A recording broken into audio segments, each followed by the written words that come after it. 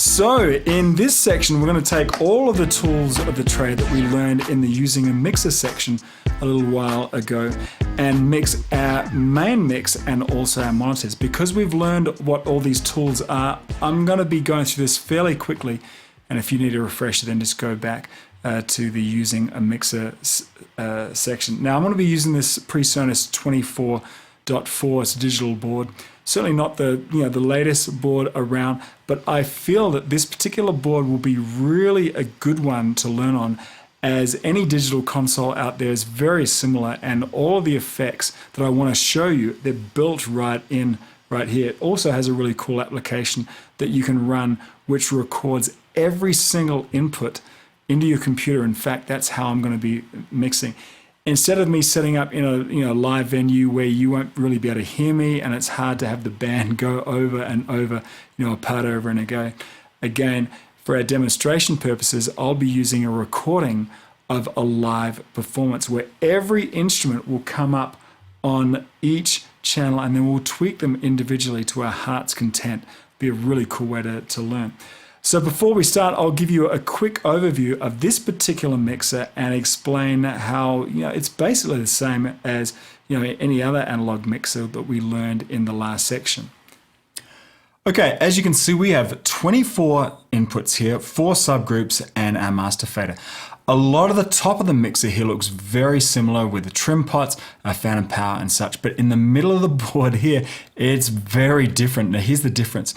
Now, do you notice that on an analog board, each channel has its own set of redundant knobs for EQ and aux sends? On a digital board like this, quite often you'll have one set of channel EQ, aux sends and the likes that can be assigned to any particular channel that you like.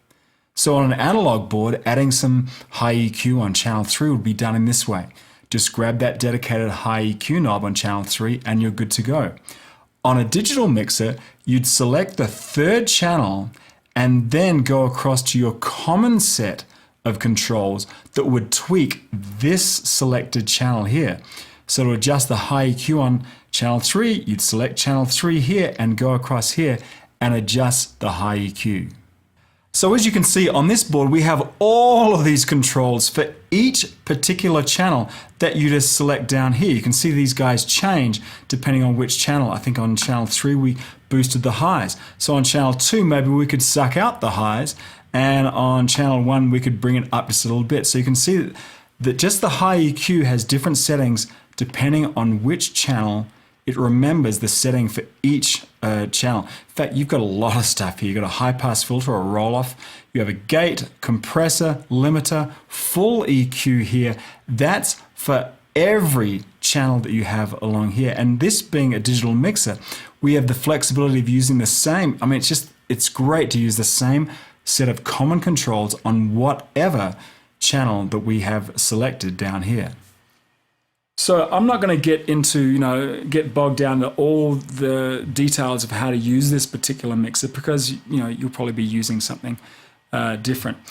But what I will be showing you are the practical examples of what I call the big 5 things that we need to do with mixers. And they are blending levels, using EQ, controlling dynamics, using effects, and mixing monitors. Once you know that these are the main things to do, and I'll show you how, then all you need to do is to find out how to access these functions through your own mix or whatever you're using.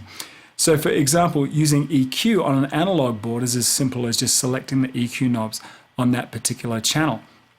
On a digital board like this, you'll probably select a channel and then use a common set of EQ controls to tweak that particular selected channel. Does that make sense? We're basically doing the same thing, just a slightly different way.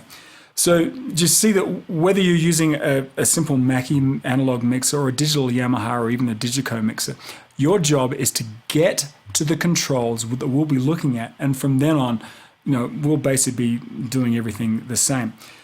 Really, give me any mixer, and if I know the answer to these few questions, how do I access EQ, dynamics, effects, and monitor sends, then I'll be good to go.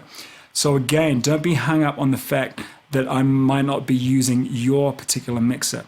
At the beginning of every topic, I'll point you how to find, how to access that function on your particular mixer. And then, we'll be basically on the same page. Make sense? Good. Okay, so with that,